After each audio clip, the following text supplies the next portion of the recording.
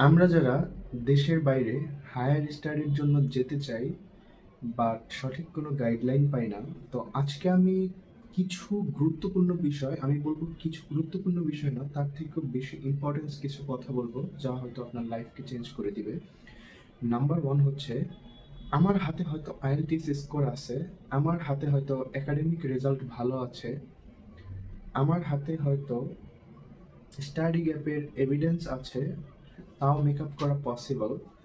But recently অস্ট্রেলিয়াতে আমরা student পাঠানোর ক্ষেত্রে যে প্রবলেমগুলো ফেস করতেছি, স্টুডেন্ট সঠিক গাইডলাইন জানে না যে আসলে সে কোন জায়গা থেকে শুরু করবে। আসলে এই ভিডিওটি তার জন্য। তো আপনারা যারা ইন্টারমিডিয়েট পাশ করেছেন বা ব্যাচেলার ডিগ্রি বাংলাদেশে করতেছেন, তারা হয়তো চিন্তা করতেছেন যে আমি মাস্টার্সের জন্য অস্ট্রেলিয়াতে যে কোনো একটা ইউনিভার্সিটিতে অ্যাপ্লিকেশন করব। তো স্টুডেন্টগুলো তিন ধরনের প্রবলেম ফেস করে থাকে। নাম্বার ওয়ান হচ্ছে, অনেকের অনেক টাকা আছে বাট প্রপারলি গাইডলাইন নেই। অনেকের টাকা নেই বাট রেজাল্ট আছে। অনেকের টাকাও আছে, রেজাল্টও আছে, বাট লং একটা স্টাডি গ্যাপের কারণে অ্যাপ্লিকেশন করার জন্য সাহস হচ্ছে না। এবং বর্তমান সময়ে যে প্রবলেমগুলো আমরা ফেস করতেছি, আমরা যখন একটা কন্ডিশনাল অফার লেটারের জন্য অ্যাপ্লিকেশন করি, তখনও কোনো স্টুডেন্টের ব্যাংক ফান্ড থাকে না। আসলে ব্যাংক ফান্ড কতটা ইম্পর্ট্যান্ট, আপনি যদি এই বিষয়টা যদি জানতেন, সেক্ষেত্রে আপনি মিনিমাম ২ বছর আগে আপনি ব্যাংক ফান্ড করতেন। কারণ হচ্ছে, বর্তমান সময়ে যে প্রবলেমগুলো আমরা সবাই ফেস করতেছি, তার মধ্যে নাম্বার ওয়ান হচ্ছে ব্যাংকের ম্যাচুরিটি খুবই কম। 1 মান্থস বা 20 দিন, 20 দিন বা 25 দিন। তো আমি যে সাজেশনটা দেওয়ার জন্য আসলে ভিডিওটা মেক করতেছি তা হচ্ছে, যারা কেবল এন্টার সেকেন্ড ইয়ারে উঠবেন এবং যাদের ইন্টেনশন যে না আমি ব্যাচেলর করতে অস্ট্রেলিয়াতে যাব, তাহলে সাপোজ এখন 2025 সাল, তো আপনারা 2026 সাল, 1 বছর আছে আপনাদের হাতে সময়। আপনারা এখন থেকে ব্যাংকে লেনদেন করেন। আপনার যে স্পন্সর হবে, আপনার যে প্যারেন্টস যারা আছেন বা যে আপনার স্পন্সর হবে, তার অ্যাকাউন্টে প্রতি মান্থে খুব ভালো অ্যামাউন্টের একটা টাকা আপনারা রেখে দেন। পার মান্থে যদি আপনি 3-4 লাখ, 5 লাখ, 7 লাখ এভাবে যদি রাখেন, তাহলে আপনার ব্যাংকের ম্যাচুরিটিটা অনেক দিন হবে।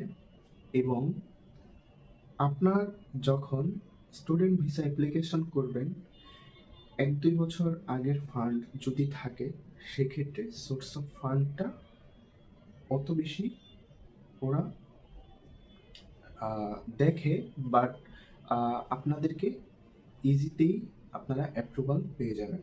বাট ম্যাক্সিমাম স্টুডেন্ট কি করে, যখন কন্ডিশনাল অফার লেটার আসে, ব্যাংক থেকে লোন নেয়, লোন নিয়ে ব্যাংক ফান্ড শো করে। তো আমি এখন থেকে বলবো, হ্যাঁ, আপনাদের খুব বেশি যদি সমস্যা হয়, সেই ক্ষেত্রে আপনারা এই কাজটা করতে পারেন।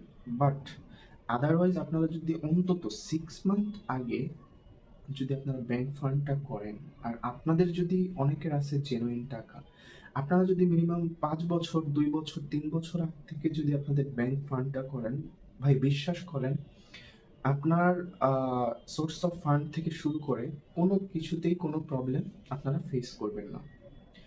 আর এরপর আপনারা কি করবেন, আপনারা ব্যাংক ফান্ডের ডকুমেন্টসগুলো আপনারা রেডি করে রাখলেন এবং আপনাদের ট্যাক্স এবং ট্যাক্স রিটার্নের ডকুমেন্টসগুলো আপনারা বিগত 3-4 বছরের আপনারা কালেক্ট করে রাখবেন। এরপরে আপনার যখন ইন্টারমিডিয়েট পরীক্ষা কমপ্লিট হবে, সাথে সাথে আপনি আইএলটিএস করে ফেলবেন 1-2 মাসের মধ্যে। দেন আপনি ইউনিভার্সিটিতে অ্যাপ্লিকেশন করে দেবেন। বাট আমি যেই কারণে ভিডিওটা করেছি, তা হচ্ছে ব্যাংক ফান্ডের জন্য, যে এই গাইডলাইনটা আসলে অনেকে জানে না। তো এছাড়াও ব্যাংক ফান্ডের আরও কিছু গাইডলাইন আছে। আমাকে ফোন দিলে হয়তো বাকি জিনিসগুলো আপনারা জানতে পারবেন। এবং এখন থেকে আপনি কিভাবে শুরু করবেন, তো এর জন্য আমাকে কল করতে পারেন। এবং আপনারা IELTS কমপ্লিট হওয়ার পরে আপনারা অ্যাপ্লিকেশন করে দেন, তার আগেও করতে পারেন। এরপর আপনারা জিটির জন্য অ্যাপ্লাই করেন, জিটি ক্লিয়ারেন্স পান, দেন পেমেন্ট অ্যাপ্রুভাল পান এবং সিইউর জন্য অ্যাপ্লিকেশন করেন। সিইউ অ্যাপ্লিকেশন হয়ে গেলে ভিসার জন্য অ্যাপ্লিকেশন করেন, বায়োমেট্রিকের জন্য ওয়েট করেন, দেন মেডিকেল দেন, তারপর আপনার ভিসা অটোমেটিক চলে আসবে। তো আজকের ভিডিওটি এই পর্যন্তই। আরও কিছু ইনফরমেশন জানতে অবশ্যই আমাকে কল করবেন। আমি A to Z গাইডলাইন দিব। আসলে আমি গাইডলাইন দেওয়ার জন্যই আছি। তো আমার গাইডলাইন নিতে হলে কোনো সার্ভিস চার্জের প্রয়োজন নেই। আমি হেল্প করে থাকি সবসময় স্টুডেন্টদেরকে।